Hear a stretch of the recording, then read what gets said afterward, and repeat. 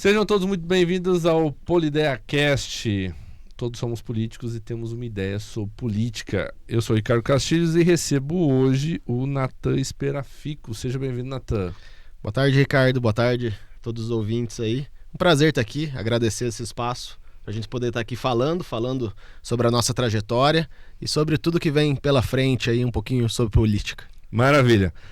Natan Esperafico, engenheiro agrônomo, produtor rural e político paranaense com forte atuação no oeste do Paraná, especialmente na região de Toledo. Se formou em agronomia pela Universidade Federal do Paraná.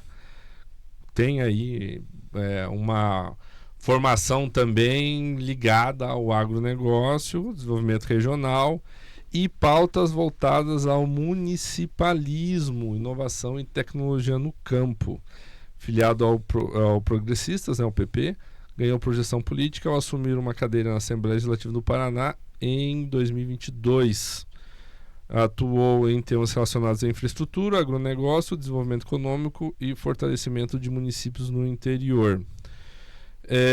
Carrega uma tradição política da família Esperafico, reconhecida historicamente pela atuação do agronegócio e representatividade regional no Paraná, e mantém forte presença atualmente, forte presença política no interior do estado, participando de vários debates, entre eles questões de logística, inovação tecnológica, energia, infraestrutura e políticas de desenvolvimento econômico para o oeste do Paraná. Seja bem-vindo, Natan. E eu já vou começar lhe perguntando, certo? Até porque hoje você está como pré-candidato a deputado estadual pelo Paraná, né? A princípio pelo seu partido PP. Vamos falar um pouco sobre o oeste do Paraná.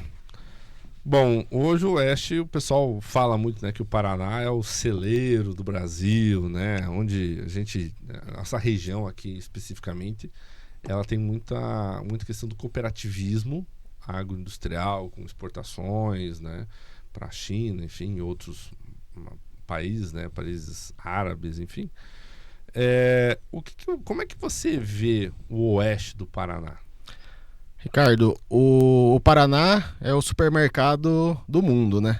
E o oeste do Paraná é o supermercado do Paraná. Aqui a gente vê muita produtividade, muita diversidade na produção agrícola, né?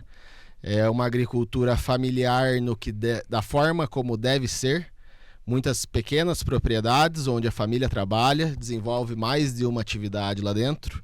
Tem uma área de lavoura, tem um açude lá, com piscicultura, tem lá a criação de aves, de suínos, tem pecuária leiteira, pecuária de corte. Então essa diversificação traz um ganho de valor agregado muito grande para a nossa região. O oeste do Paraná, o municipalismo, como você falou ali, sempre foi uma bandeira que erguemos e que trabalhamos, e quando tivemos a oportunidade de mostrar trabalho nesse sentido, o fizemos. E certamente temos que estar defendendo muito quem produz. Eu sou engenheiro agrônomo, como você falou ali, trabalho com produção rural já desde antes de eu me formar, mas mais efetivamente quando eu finalizei a faculdade ali. Conheço de verdade as dores do produtor rural, porque vivo isso na pele. Não sou como outros que vão passar defendendo o agro. Todo mundo quer defender o agro agora, né, Ricardo? Todo mundo, o agro é bonito, tal, vamos salvar o agro, mas na verdade muitos não têm conhecimento na pele do que é ter uma dificuldade para conseguir um crédito para custear a sua operação, dificuldade num licenciamento ambiental extremamente burocrático para conseguir botar a sua operação em conformidade com as regras vigentes. Aliás, temos as regras ambientais mais restritivas aí do mundo, e é uma dificuldade que se tem. Além disso, o cooperativismo do Paraná é sensacional, né? Aqui estão as maiores cooperativas, não só do Brasil, né? As maiores cooperativas do mundo, em geral aqui no oeste do Paraná, né? Em vários municípios aqui, cada uma começou a sua cooperativa e muitas delas prosperaram muito, né? A gente vê isso com muito orgulho, né? O sistema cooperativo, tanto de produção, de grãos, né? Contempla toda a cadeia, né? Desde a produção de grãos, a ração, a proteína animal, o processamento disso, a exportação. E também isso migrou para as cooperativas de crédito, que também atendem muito bem os nossos produtores, aí dando uma opção aos bancos tradicionais aí que com tratamento bastante diferenciado para o produtor. O Oeste do Paraná é orgulho aí para o Paraná inteiro e para o Brasil, né? Não tem nem o que falar. Você comentou que a sua, digamos assim, além da sua formação, né, de ser engenheiro agrônomo, mas você é criado, né, vivido na questão do agro. A gente vê uma visão um tanto quanto, e aí vou te perguntar, né, deturpada do agro, porque tem muita gente que vê o produtor rural como alguém que explora a terra, não cuida da conservação ambiental. Que isso é verdade? Isso é mentira? A gente pode desmistificar isso? Qual que é a sua visão? Existe essa narrativa aí e ela é feita certamente por quem geralmente não produz nada. Na minha visão, o produtor rural é quem mais preserva hoje em dia. Pois na cidade aqui a gente não tem que ter 20% de reserva legal nos nossos terrenos, não temos que preservar matas ciliares, né? A gente vê uma diferença muito grande. Então eu não concordo com isso. Eu acho que a produção agrícola ela tem que ser sustentável, tem que ser responsável. O produtor rural brasileiro sabe muito bem como fazer isso.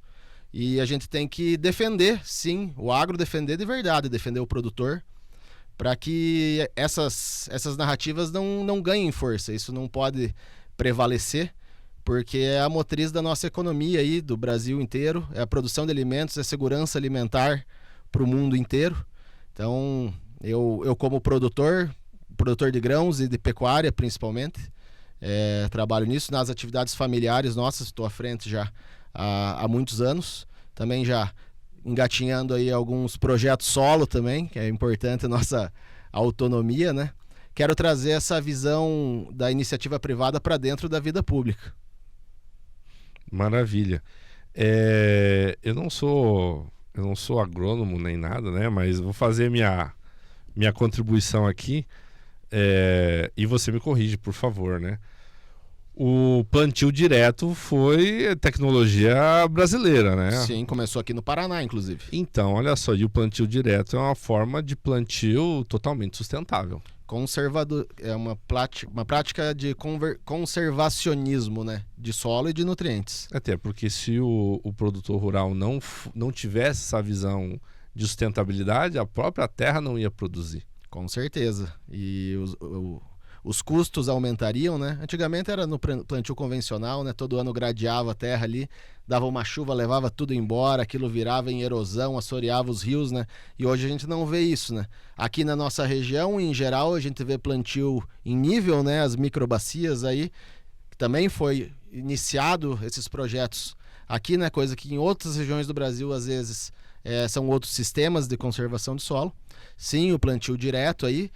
Aqui em Cascavel, a gente vê muitos agricultores aqui que chegam a fazer 3 safras por ano, né? Olha só. Planta soja, planta milho, planta um trigo ainda, né? Todos com ciclos curtos, né?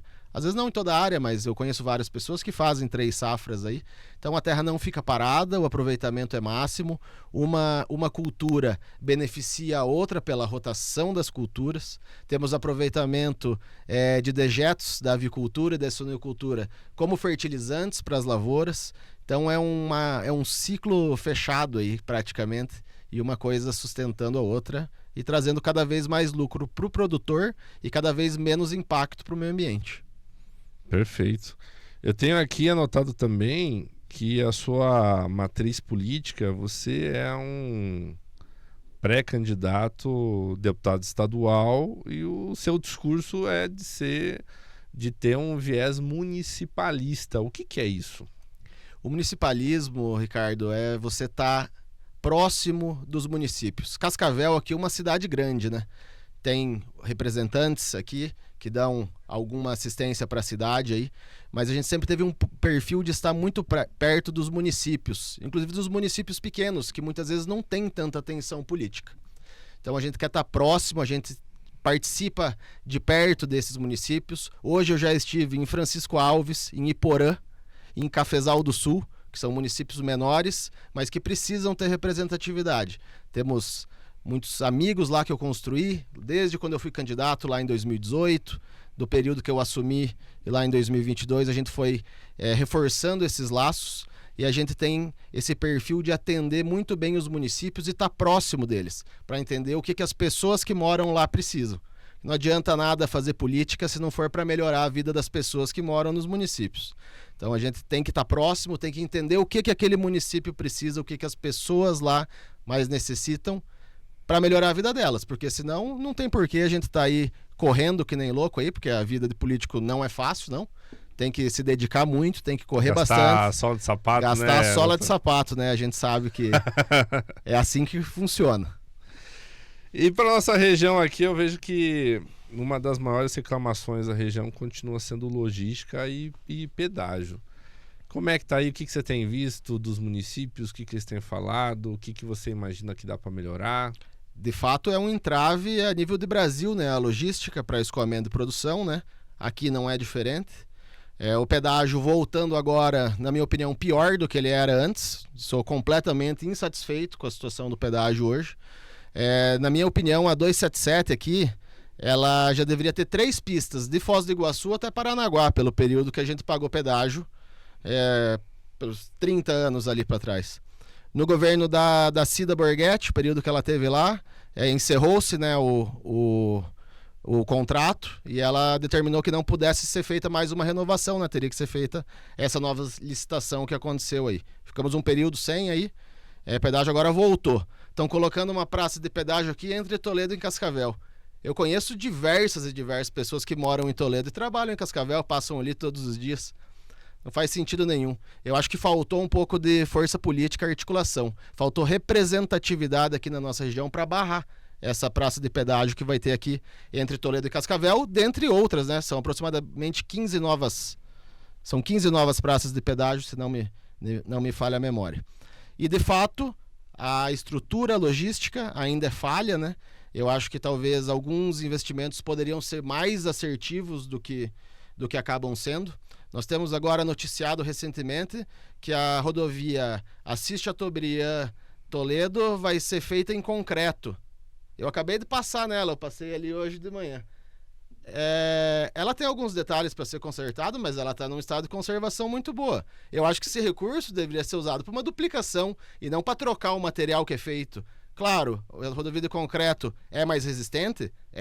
Ela gera menos manutenção? Gera menos manutenção. Mas o fluxo de veículos na de asfalto e na de concreto é o mesmo. É um movimento enorme ali. Então, eu acho que se o recurso que vai ser aplicado não desse para fazer toda a duplicação, que pelo menos fosse feita uma parte da duplicação e na sequência isso fosse terminado, né? Porque não vai resolver o problema, vai simplesmente trocar o material de uma estrada que tá boa, a estrada não tá ruim, não tá esburacada, tem um ou outro ponto ali que precisaria de uma manutenção. Então, eu acho que às vezes tem que se pensar. Até um levantamento aí para quem estiver assistindo aí, o que vocês acham dessa concretagem aí que vão fazer nessa rodovia? Para mim não faz sentido nenhum, na verdade. Você acha que hoje o pedágio do Paraná especificamente, em que ponto ele ajuda ou atrapalha a questão logística? Eu atualmente acho que ele atrapalha, né? O aumento do preço do frete. Porque daí fica mais caro, né? Com certeza. A gente passou um período aí de quase 8 anos sem pedágio, né? Tá voltando agora, né? E sem dúvida as rodovias foram decaindo, né? A manutenção foi deixada de lado. Mas eu acho que... Eu não sou contra o pedágio. Eu sou contra a forma como ele é feito. A gente pode ver aqui em Santa Catarina... Você passou ali de Curitiba, descendo ali para Joinville, para baixo, um pedágio que historicamente custa menos de 1/3 do pedágio do Paraná. Numa pista dupla, num trecho de serra, muitos locais com 3 pistas, túneis, é uma manutenção muito mais cara. E custa menos de 1/3, um quarto do valor. Essa conta não fecha, né? Essa conta não fecha. Por isso que eu digo que pelo pedágio caro que nós pagamos aqui, no passado, Foz do Iguaçu A Paranaguá tinha que ter 3 pistas. Para ir, 3 pistas para voltar. Não, nem dupla. Dupla é pouco. Eu acho que pelo pedágio que a gente paga aqui no Paraná, cara, a gente nem precisava andar de carro. Eles tinham que buscar a gente de helicóptero, viu? Concordo que é com muito você. caro, cara. Concordo com você. E o pedágio caro do Paraná influencia em outros estados, né? Por exemplo, toda a safra de grãos aqui do Mato Grosso do Sul passa pelo Paraná para chegar em Paranaguá, né? Que é o principal ponto de escoamento, né? Do Mato Grosso, grande parte, passa aqui também, né? Temos também uma carência enorme de ferrovias aí no país, né? Que é outro problema histórico aí do Brasil, né? E tem que ser melhorado, porque tendo ferrovias, desafoga as rodovias. Não precisaria dessa manutenção enorme aí para resolver problema, né? E caminhão andando para cima e para baixo e pessoas correndo risco, né? Nas estradas. Uma pergunta polêmica para você aqui, ó. O Oeste trabalha para produzir ou para pagar custo logístico? Honestamente, hoje, a produção agrícola ela é cíclica, né? Dentro de todas as atividades, né? Atualmente, eu como produtor, digo que a gente só está pagando custo. A gente está trabalhando, pelo menos o produtor de grãos hoje trabalha para cobrir custos. Teve uma época boa ali, 2021, 2022, com aquela alta. Hoje complicou e complicou muito. Então, com essa guerra lá no Irã, Estados Unidos e Irã, diesel subiu absurdamente. Em compensação, o óleo de soja também subiu, né? Pro biodiesel. Agora, cada dia muda, né? Porque eles fazem um acordo, desfazem, cessar fogo e volta, né? Então agora, fertilizantes, diesel parece que vai baixar. Mas o grão vai baixar junto. Não tem margem, a gente trabalha para pagar custo de logística e multinacional. E aí no final quem paga essa conta é o consumidor final, né? Sem dúvida nenhuma. Até no ano passado, quando saiu a tabela de frete mínimo, até gravei um vídeo na época, porque eu conseguia ver o resultado disso na prática, qual seria, né? Composições maiores ali, caminhões 9 eixo e tal, um preço. Composições menores, que são a maioria dos caminhoneiros autônomos que a gente tem aí, né? 5 eixos, 6 eixos, até 7 eixos, né? Com preço diferenciado, né? Na teoria, a composição menor seria beneficiada, mas na prática é diferente, porque o preço da tonelada no 9 eixo fica melhor. Então, quem vai pagar vai querer a composição maior. E o autônomo vai ficando de lado, vai favorecendo as grandes empresas de transporte. E qual que é a consequência disso? O pequeno acaba, concentra nas grandes, as grandes se prevalecem e quem vai pagar mais caro? O consumidor. Vai chegar na gôndola do mercado tudo mais caro e não faz sentido. Tira a livre concorrência, que é importante para o mercado, ainda prejudicando o pequeno, que é o cara que tinha que ter atenção. Você tem que ter atenção com o pequeno. O grande se vira. Bom, seguindo aqui a nossa entrevista, vamos falar um pouquinho sobre energia, falar sobre Copel. Você teve problema com a Copel? Eu acho que todo mundo que depende da energia no Paraná anda tendo bastante problema, né? Essa é uma das maiores reclamações aí que vem tendo nos últimos tempos aí, é do fornecimento e também do preço, né? Hoje está muito complicado. Nós já tivemos problema em piscicultura, com prejuízo grande aí de ficar sem energia, morte de peixes grande. Caramba, esse negócio de energia é uma coisa complicada, porque hoje a Copel, a gente depende da Copel para tudo, né? Sem energia hoje não dá para produzir, não dá para fazer nada, não dá para trabalhar, não esqueça, né? E aí muita gente está perdendo. Com certeza. Com essa... E desligamentos longos, né? Cai a energia, demora muito tempo para voltar. O preço da energia não tá bacana, né? E tem um outro problema, né? Tem muito gerador de energia aí que tem ali um sistema fotovoltaico que quer vender essa energia. Hoje a dificuldade para você comercializar uma energia que você gera a um preço que é metade ou menos do que a metade do que a Copel vende, você não consegue, porque eles te bloqueiam, né? Hoje é uma situação bastante complicada, inclusive, para comercializar a energia. Teria energia mais barata para fornecer. Mas hoje, se a gente conseguir deixar o produtor bem assistido e que as ligações funcionem e que quando cair volte ligeiro, para não prejudicar as propriedades, já seria uma grande coisa. Uma das maiores reclamações que a gente tem hoje é sobre o fornecimento de energia. Está muito complicado mesmo. E a energia... A gente não faz nada sem energia e aparentemente vai ser cada vez mais utilizada a energia, né? Agora com o negócio de inteligência artificial e mais uma série de outras situações, os carros migrando para elétrico. Sem dúvida, e a diminuição da dependência do petróleo também, né? Não era para ser um problema, né? O problema talvez seja a nossa infraestrutura. E também as empresas aí que estão fornecendo serviço precisariam melhorar muito. Então eu vou te fazer uma outra pergunta. Na sua opinião, hoje falta energia ou falta planejamento? Na minha opinião, hoje falta planejamento, sem dúvida nenhuma. Mesmo porque eu tenho participação em produção de energia e eu tenho dificuldade em comercializar. Então eu sei disso. Não é um achismo. Falta planejamento. Falta distribuição. Engraçado, porque hoje quando...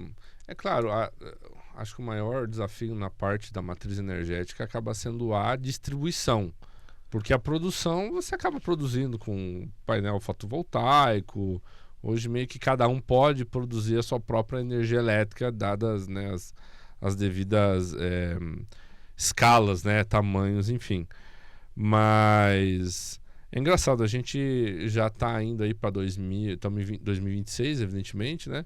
Mas a gente daqui a pouco está chegando em 2030 e ainda a gente está se batendo com questão de energia ainda, de certa forma, off-grid, né? Sim. Porque... Mas é uma alternativa hoje em dia, né? Hoje em dia, off-grid é uma boa alternativa para você não ficar dependente do sistema, né? Hoje já tem muitos bancos de baterias, aí, sistemas BESS, né, que falam, que até conseguem suportar aí cargas razoáveis, né? Para você estar operando off-grid, né? Mas a sua opinião, essa parte específica da energia... Porque a Copel hoje domina a distribuição, certo? Então você tem que passar pela Copel. A off-grid é uma... Off-grid, para quem não sabe, a pessoa mesmo produz energia e usa no próprio local onde ela produz. Sem estar ligada na rede. Isso, não está ligado na rede da Copel. Isso. Então ela produz energia aqui no painel fotovoltaico da minha casa e uso essa energia na minha casa sem precisar passar pela rede armazenada em sistemas de baterias para você passar a parte da noite, né? É possível fazer isso. E aí nós temos em operações agrícolas remotas aí que não tem energia, né? Então são painéis solares, algumas baterias, toca poço para água, toca uma geladeira, toca iluminação, né? Isso é um sistema pequeno, né? Hoje já tem sistemas enormes, né? Com banco de bateria para tocar armazém. Olha só. E aí tem o sistema on-grid, que é plugado na rede de distribuição, né, da Copel. Aí você produz, passa pela rede e aí, a princípio, você poderia abater dos imóveis que estão no teu CPF, coisas do tipo. Mas o ideal é que existisse um comércio nessa estrutura. Dessa sobra, você diz, dessa né? sobra. Mas tem uma dificuldade grande para isso, né? Hoje é um tanto quanto complicado. E também hoje tem sistemas híbridos, né, Ricardo? Tem sistema que você tá ligado na rede e ao mesmo tempo você tem bateria. Se cair a rede, você continua ligado por bateria. Já existe isso, chama híbrido. Ele funciona on-grid ou off-grid. E também, enquanto tem sol, você está gerando durante o dia e consumindo, beleza. Acabou o sol de noite, você pode optar, em vez de pegar da rede, você gastar a tua bateria aqui, principalmente em horário de pico, né? Que é diferente o valor da energia. Tem essa alternativa aí também. É uma coisa meio nova aí no mercado. Então, uma coisa que eu vou levar... vou trazer, na verdade, aqui para reflexão, é que lá, há muitos anos, né, atrás, a maioria das cidades funcionava off-grid, porque você não tinha um sistema nacional de distribuição de energia, né? Então cada cidade tinha lá a sua roda d'água, usina, para gerar energia, enfim. Aí veio se não me engano foi o Kubitschek, que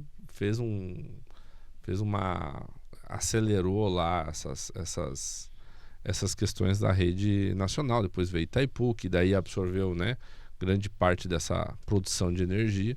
E as pequenas micro centrais de energia elétrica acabaram ficando defasada, não sendo utilizada.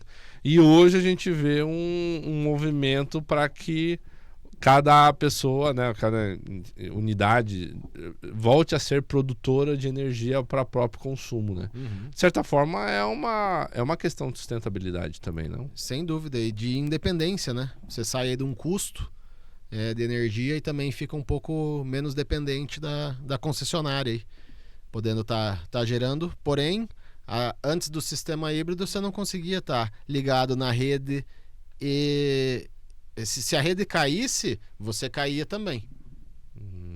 Mesmo você tendo painel solar em casa, se cair a rede, o teu painel não te alimentava antes da rede voltar.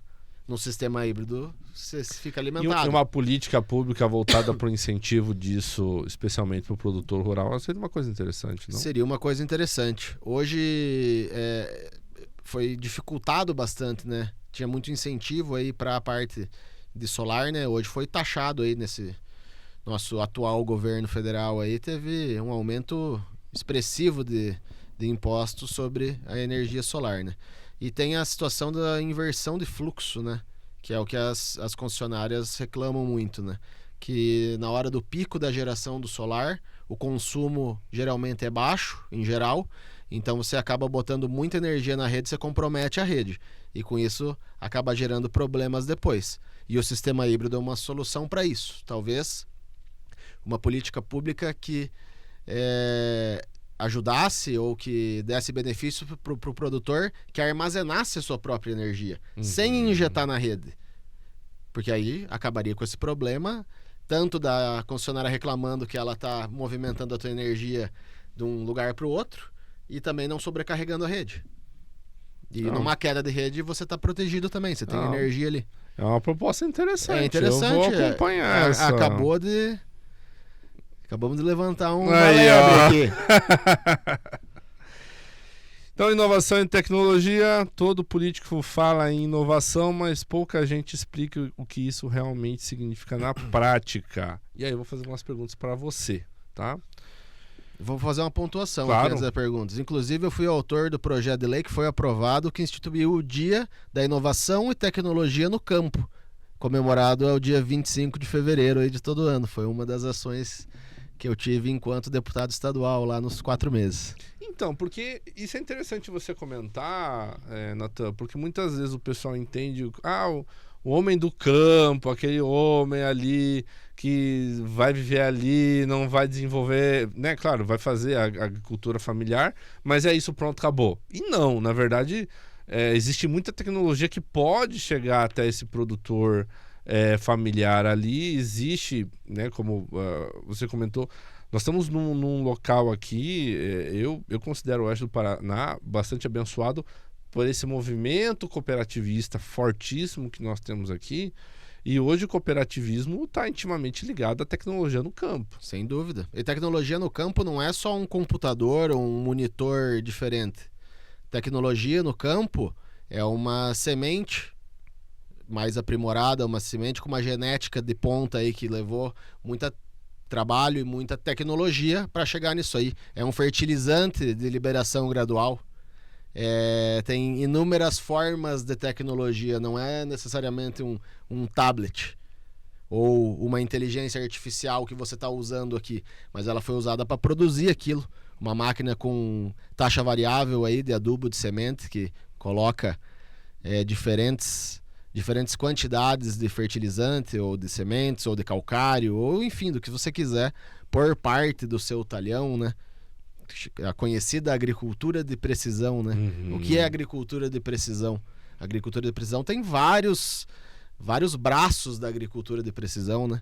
Você começa ali com uma taxa variável de calcário, vai ter uma população variável dentro do talhão, um corte linha a linha para não remontar quando você está plantando. Então a tecnologia pode vir de diversas formas no campo. E você acredita que o pequeno produtor rural ele pode acompanhar essa evolução tecnológica? O pequeno produtor acompanha, porque a variedade que o pequeno produtor planta ali é a mesma variedade que o grande planta, variedade de soja. E talvez a parte de maquinários tem que ser ponderado mesmo pelo produtor. Eu não sou um defensor que você tem que ter a última tecnologia assim que ela é lançada a qualquer custo. Você tem que analisar a viabilidade dela para sua operação, né? E hoje tem alternativas, né? Por exemplo, do plantio ali, que eu estava comentando em taxa variável, né? Hoje você adapta numa plantadeira, né? Você tem empresas aí que fazem uma adaptação para você ter uma taxa variável de semente ou uma taxa variável de adubo numa plantadeira antiga, né? Eu tenho plantadeira 2012 aí adaptada com taxa variável, um custo bem menor. Então o pequeno, ele tem a opção sim. E mesmo que ele não tiver esse tipo de inovação, muito provavelmente hoje ele já tem um Starlink, né? Ah, sim. Revolucionou, amigo. Isso aí mudou. O custo hoje não é tão alto, levou internet de qualidade a qualquer local do Brasil, do mundo, né? Funciona muito bem. Nós temos a área que sofremos durante muitos anos pela distância, com internet a rádio muito distante, várias repetidoras no caminho. Sim. Então queimava uma fonte lá no meio, ficava sem. Veio... Aí tinha a rádio também, que era... Estraga, complicadíssimo. Com essa de satélite que funciona, revolucionou. Hoje você tem em cima da caminhonete. Você vai tá conectado. E os drones também, né? Drone agrícola, com certeza. Já operamos bastante. É uma revolução, principalmente daí para o pequeno produtor. O drone mais se encaixa para uma propriedade pequena a média. Que com um drone só, nós já chegamos a fazer área de 600 hectares durante o ciclo inteiro da lavoura com um drone T40, né? Hoje eles já estão maiores, né? Então certamente dá para fazer áreas maiores, mas é uma baita de uma ferramenta. Qualidade de aplicação excelente, zero amassamento. O filho do produtor ali, se ele tiver interessado, ele gostar de jogar um videogame, melhor ainda, porque ele vai ter mais facilidade para aprender aquilo. Sim. E aqui na nossa região a gente vê muito já. Muito, principalmente para passar fungicida aí em cultura que nem o milho, né? Alta aí depois, que é onde o pulverizador já não entra. É uma baita do meu ferramenta. Então, e aí entra para uma outra pergunta que eu vou fazer. Você é um político jovem, né? E você acredita que o jovem ainda quer permanecer no interior? Eu acho que alguns sim, mas eu acho que é responsabilidade dos mais velhos e de nós que temos gosto pela produção e pelo rural. Eu adoro estar no meio rural, eu gosto, é minha paixão. De trazer isso e trazer condições para que fiquem, né? Eu acho que esse êxodo rural da juventude veio acontecendo mais no passado. E eu acho que isso se diminuiu nos últimos tempos. Ficou mais bonito falar que você é produtor rural de um tempo pra cá, né? Antigamente todo mundo não queria falar muito, eram muito taxados, né? Eu sempre escuto o Dilceu Esperafico, que é meu pai, né? Meu professor na política aí, que eu me aprendo muito com ele e acompanhei a trajetória política dele desde o início, né? Falar que lá em 94, quando ele foi eleito a primeira vez, naquela época nem existia a Frente Parlamentar da Agricultura lá em Brasília. Aquilo foi criado, aquilo começou por um movimento ali dos políticos da época que defendiam isso. Eles eram minoria. Eles eram taxados da pior maneira possível pelos outros deputados. Hoje a FPA representa mais da metade da Câmara dos Deputados. Isso ganhou força, isso mudou a realidade. E automaticamente com isso, hoje é mais bonito falar que você é produtor rural, né? Dá um orgulho. Eu, pelo menos, sinto orgulho de dizer que sou produtor rural. E eu acho que isso vai prender o jovem no campo. Vai trazer ele de volta. Eu tenho uma reflexão que é a seguinte. Antigamente, quando você olhava propaganda de financiamento agrícola, esse tipo de coisa, você sempre vinha lá um senhorzinho com uma enxada na mão, esse tipo de coisa. Hoje você vê nessas mesmas propagandas, né, um produtor rural com um drone debaixo do braço, com um tablet, Quer dizer, realmente a tecnologia ela entrou no campo e o agro é um novo pop, né? É onde é a tecnologia efetivamente aplicada na prática. Com certeza, e a gente vê resultado, né, quando aplica. Hoje é bonito falar. O jovem quer voltar, o jovem vai fazer faculdade e volta para o campo. Aqui em Cascavel, só tomar uma aguinha aqui, desculpa aí, espectador. Aqui em Cascavel vocês estão vendo hoje um movimento de asfalto rural, né? Que não era tão intensivo aqui, né? Eu vejo várias estradas aqui de Cascavel sendo asfaltadas agora. Em Toledo nós já temos mais de 400 quilômetros de asfalto rural, né? É um trabalho que começou há mais de 20 anos e vem se aprimorando e novas estradas sendo asfaltadas. E isso é uma coisa que facilita muito para o pessoal se manter no campo. Pois hoje ele sai de um distrito do município, chega na cidade com facilidade no dia de chuva. O carro dele não chega todo embarrado, a cidade fica mais limpa, porque o carro do cara chega limpo, aqui não chega espalhando barro por tudo, e isso certamente ajuda muito ao jovem querer estar no campo. A gente vê muitas famílias optando por morar em distritos ao invés da sede do município, porque é mais tranquilo, às vezes o preço do terreno é mais barato, conhece todos os vizinhos ali, tem uma tranquilidade. E eu acredito sim que a juventude vai querendo voltar um pouco.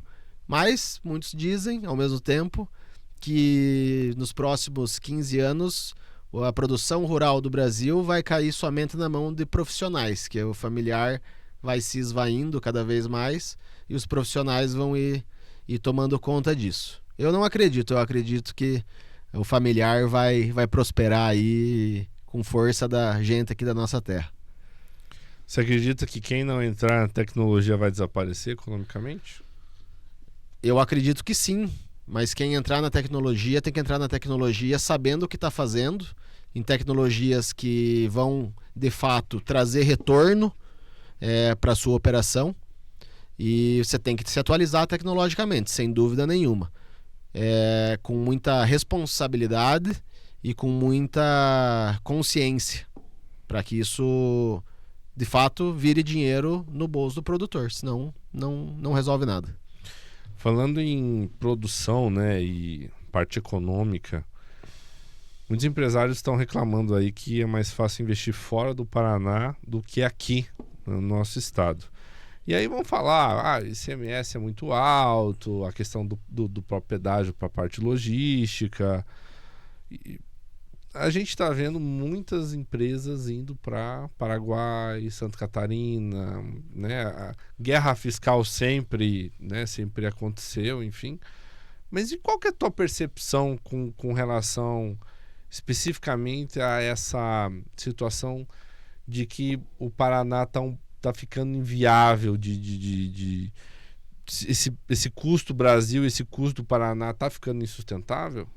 Eu acho que tem que ser revisto. Hoje a nossa carga de ICMS, de fato, ela é uma das mais pesadas aí do país, né? Tem empresas que estão indo para Santa Catarina e a fuga para o Paraguai, a gente tem observado muito isso. Acho que deve-se muito também a questão da reforma tributária aí, que acabou botando um pouco de medo, né? A gente ainda não viu na pele o que vai acontecer, né? A partir do próximo ano aí que começa de fato a operacionalizar isso, né? Mas sem dúvida nenhuma o Paraguai tem uma forma de trabalhar e um sistema tributário que é muito mais atrativo, né, para os empresários. A gente vê isso com preocupação. Eu acho que o Brasil precisaria sim melhorar essa forma de tratar quem produz aqui, né? Porque a gente tem muito orgulho dos nossos trabalhadores aqui, de tudo que foi feito, mas a gente precisa do empresário gerando empregos também. Todo mundo tem que sobreviver para que tenha uma equidade. Se não tiver empresário, também não tem emprego. E se não tiver emprego, aí o que acontece com a nossa sociedade? E aí eu vou te perguntar, hoje vale mais a pena empreender fora do Brasil? Eu sou bairrista, eu não tenho empreendimentos fora do Brasil. Te colocando na parede aí, não, né? Eu sou bairrista, eu acho que ainda temos que... Eu não julgo, né? Conheço muitas pessoas que foram aí para o Paraguai, inclusive aqui, ou para outros locais, até se tornando multinacionais, mantendo operações no Brasil e tendo fora, né? Nós não temos...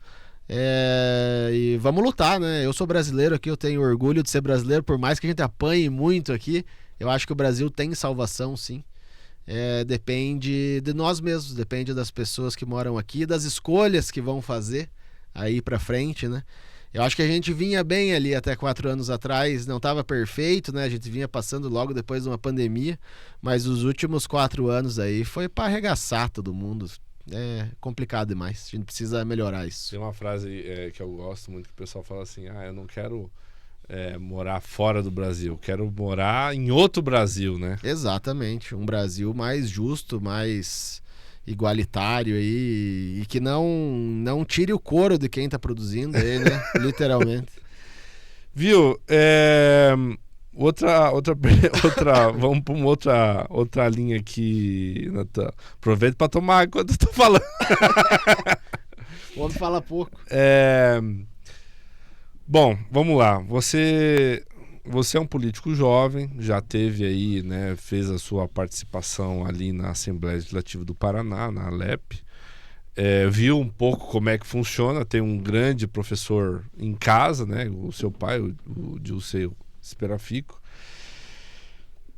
Como é que foi essa questão do interesse pela política, né? Porque assim, poxa, você é um cara aí inteligente, formado, né, bem formado, né, engenheiro agrônomo, enfim. Por que participar desse negócio da política? É alguma coisa diretamente ligada ao teu pai ou não? É por opção própria? Vamos falar um pouquinho sobre isso. Não, sem dúvida nenhuma, partiu de mim lá em 2018.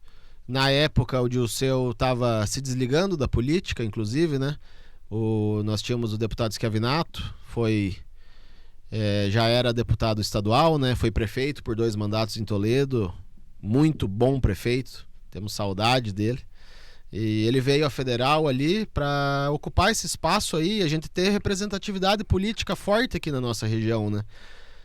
A gente vê que a gente vem perdendo essa representatividade com o passar dos tempos, né? Aqui em Cascavel já teve mais deputados do que tem hoje, né? A gente vê que a diminuição é cada vez maior. Toledo também. Toledo tinha 2 deputados estaduais, tinha deputado federal. Marechal Cândido Rondon tinha 2 deputados estaduais, tinha um deputado federal. Assis Chateaubriand já teve deputado federal, já teve deputado estadual, hoje não tem mais. O Moarama hoje não tem nem deputado estadual, nem deputado federal, dificilmente vai conseguir eleger agora nessa eleição. Então eu vim naquela época de 2018 justamente buscando ocupar esse espaço e representar a nossa região. Eu acho que quando a gente faz alguma coisa que é de benefício da população, isso gera uma realização própria. Para mim, pelo menos, é uma coisa que me agrada poder ter feito alguma coisa que ajudou as pessoas de fato que moram nos locais. E eu vim com essa ideia. Não se trata de um projeto pessoal, ambicioso, não. Eu venho da iniciativa privada, eu não dependo nem um pouco de política. Eu poderia tocar os meus negócios aí da iniciativa privada com tranquilidade, mas eu acho que todo mundo que tem boas intenções deve se doar um pouco para o público, porque senão a população acaba ficando muitas vezes na mão somente de pessoas não tão bem intencionadas, vamos dizer assim, e eu acho importante poder dar essa contribuição. Na verdade, acho que se a própria sociedade, né, as próprias pessoas de bem não se colocarem à disposição, né, acaba dando aí margem para ficar a bagunça que tá, né? Com certeza. E quando você tá na vitrine aí na política, você acaba recebendo elogios, acaba recebendo incentivos, mas também acaba recebendo críticas, isso é fato, né? E eu sempre digo para as pessoas que têm vontade e tal, que eu acho que deveriam se colocar à disposição aí, deveriam se tentar e sair como agentes políticos, porque a gente precisa disso. A gente precisa que boas pessoas venham, participem, coloquem as suas ideias. E sem dúvida nenhuma, a região oeste, a região de Cascavel, aqui de Toledo e todos os municípios da região oeste, do noroeste e do sudoeste, o sudoeste também está órfão politicamente. Hoje temos deputados aqui em Cascavel, né? Temos deputados em Foz do Iguaçu também, mas cada dia menos, né? A representatividade já foi maior, a gente tem que ajudar a resgatar isso. Você acha que o jovem, de certa forma, perdeu o interesse pela política ou não? Eu acho que, de certa forma, nós temos uma renovação, assim, uma oxigenação um pouco menor. O jovem hoje não quer muito se envolver nesse desgaste que gera e nessa correria, né? É muito mais confortável estar no privado ali, tá tranquilo. Então a gente, inclusive, chama muito a juventude para que a juventude participe cada vez mais, porque precisamos de novas ideias. Eu acho que a gente precisa manter os bons costumes, o conservadorismo, as ideias alinhadas à direita, sem dúvida nenhuma, família e tudo mais, mas a gente precisa de oxigenação. A gente precisa de pessoas ponderadas, que consigam escutar, consigam entender as diferentes visões. Não é porque eu penso de um jeito que você, Ricardo, é obrigado a pensar da mesma forma. Eu não preciso concordar, mas eu tenho obrigação de respeitar.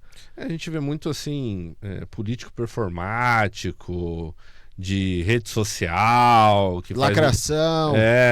E qual que é a sua linha de fazer política? Ricardo, a minha linha é a linha da sinceridade. Eu não venho com muita coisa planejada para falar. Estou aqui conversando contigo, falando o que eu sinto, o que eu acho, o que eu penso. Eu acho que essa talvez seja uma virtude minha, e eu acho que é muito difícil de ver isso hoje na política. A gente vê muitas pessoas que vestem um personagem para poder tá conversando com as pessoas. A gente vê muito hoje políticos de redes sociais, né? Conforme você falou ali, performáticos e tudo mais, e que não tem contato com o público, né? A gente vem de um modelo de política mais antigo, uma política de base, né? De contato com as pessoas mais perto, conversando. E claro que a rede social é muito importante, sem dúvida nenhuma, mas a gente quer estar perto, entendendo o que as pessoas precisam e conversando, tendo essa proximidade e conversando, tendo uma sinceridade um pouco mais na conversa, talvez não um discurso 100% pronto aí que todo mundo quer ouvir. E o que mais te decepciona? Porque para você se colocar à disposição, colocar o teu nome à disposição, é difícil, cara. Esses cargos políticos, o pessoal acha que é mole, mas tem que gastar sol de sapato, tem que ir lá, tem que conversar com todo mundo, explicar, ter proposta, muito tempo na estrada, longe de casa, ainda mais você que é um cara que tem a linha mais municipalista, ir lá na base mesmo, conversar com o pessoal, né? Hoje, o que te decepciona na política de uma outra forma, né? O que te fez ter essa vontade de fazer política? Olha, no período que eu fiquei como deputado estadual lá em 2022, foram quase 4 meses, eu percebi que se você estiver bem intencionado e se fizer o mínimo possível para trazer benefício, você vai conseguir. E você acaba vendo um monte de gente lá só pensando em interesses pessoais e não resolvendo coisas básicas que os municípios precisam. Então, essa é uma coisa que me dá a sensação, pensa, poxa, tem tanta gente aí, né, com um discurso tão bonito, mas que na hora de entregar o que a população precisa, o que o município precisa, se omite ou não toma a posição que tem que ser tomada.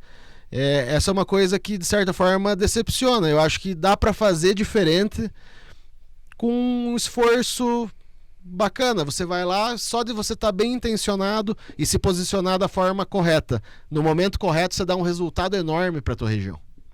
Até porque tem candidatos que dependem da política e tem candidatos que fazem isso como missão, como vocação, né? Com certeza. Muitos não podem, de forma alguma, correr o risco de não se reeleger. Eu estou preparado, eu não me elegi na outra eleição de 2018, eu continuei trabalhando até agora, bati 8 anos aí trabalhando e fomos bastante felizes nos empreendimentos aí, graças a Deus. Da parte agrícola também, conseguimos uma expansão bacana ali, pegamos uma época boa da parte de grãos ali, E se porventura for eleito e deixar de me eleger, não tem problema nenhum. Eu vou voltar para minhas atividades aí, como eu fiz, e continuar trabalhando. Não dependo disso e não pretendo depender. Eu vou até fazer uma confissão aqui para você. Cara, esse papel todo aqui é a preparação minha para entender qual que são suas pautas, enfim e tal. Eu tive que pesquisar, né, a respeito de você para estar te entrevistando, para não perguntar bobagem aqui, né? Mas uma coisa me chamou a atenção, sabe, Natan? Quando eu entrei no teu Instagram, eu vi uma passagem tua que você falou assim: e aí, pessoal, bom dia, enfim, né? Hoje é dia do trabalho, né? Dia do trabalhador, dia do trabalho, e hoje eu estou aqui trabalhando. Isso me chamou a atenção. Dia do trabalhador, trabalhando. Dia do trabalhador, trabalhando. Isso me chamou a atenção. Eu acho que, é claro, a gente, para fazer o país diferente, para fazer as mudanças, a gente tem que pensar diferente, tem que ser aquele a mais, né? Aquele algo a mais para conseguir fazer as mudanças. E eu tive uma percepção muito boa, até porque no dia do trabalhador eu também estava trabalhando. Esse cara também está trabalhando. Você se identificou daí, olha que coisa boa. Exatamente. Mas quem está na política aí não tem dia, não tem feriado, não tem final de semana, né? É direto, é corrido. E tem que estar trabalhando no dia do trabalhador, tem que estar trabalhando em outros feriados aí para dar resultado. Maravilha. Natan, muito obrigado pela sua participação aqui no podcast. Vou pedir para você falar para essa câmera aqui, para essa aqui que está do meu lado. Opa. Para quem quiser te conhecer, saber mais do teu trabalho, acompanhar essa sua pré-campanha aí, né? Você, um jovem, se colocando à disposição, vem aí com uma base com bastante tradicional, né? Então não vai, digamos assim, fazer uma maluquice no ambiente político, já vem com valores aí já bastante arraigados, né? Agronegócio, a questão também do trabalho, enfim, o esforço, a preparação. Para o pessoal conseguir te acompanhar, conhecer mais o Natan, né? Eu sei que faz aqui um podcast, faz uma entrevista, mas o importante é o pessoal ver o que você tá fazendo no dia a dia, né? No dia a dia, com certeza. Por favor, meus amigos, agradeço todos que estão assistindo aí. Sigam lá nas redes sociais, @NatanEsperafico, para acompanhar o nosso dia a dia. Assuntos da política, agora a parte agrícola, que era bem alta, tá reduzida porque a gente está correndo atrás desse projeto político. E acompanhem lá, vocês vão ver como que é o nosso trabalho e como que a correria é grande. E eu agradeço muito a atenção de todos e da sua abertura aqui, Ricardo. Maravilha, obrigado, Natan. Pessoal, esse aqui foi o nosso Polideia Cash. Entrevistei aqui o Natan Esperafico, pré-candidato a deputado estadual pelo PP, Partido Progressistas, aqui no Paraná. Falamos sobre energia, falamos sobre política, juventude, falamos sobre o agronegócio, sobre o oeste do Paraná, sobre municipalismo. E convido vocês a continuarem acompanhando nosso podcast. Afinal, todos somos políticos e temos uma ideia sobre política. E nós queremos saber qual é a sua ideia. Então comenta, compartilha e curte.